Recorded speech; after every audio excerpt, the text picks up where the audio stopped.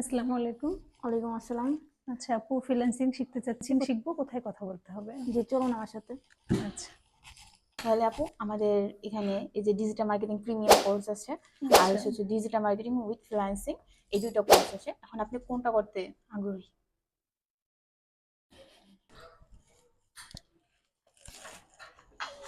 আসসালামু জি, আলাইকুম। ওয়ালাইকুম আসসালাম। জি, বসুন।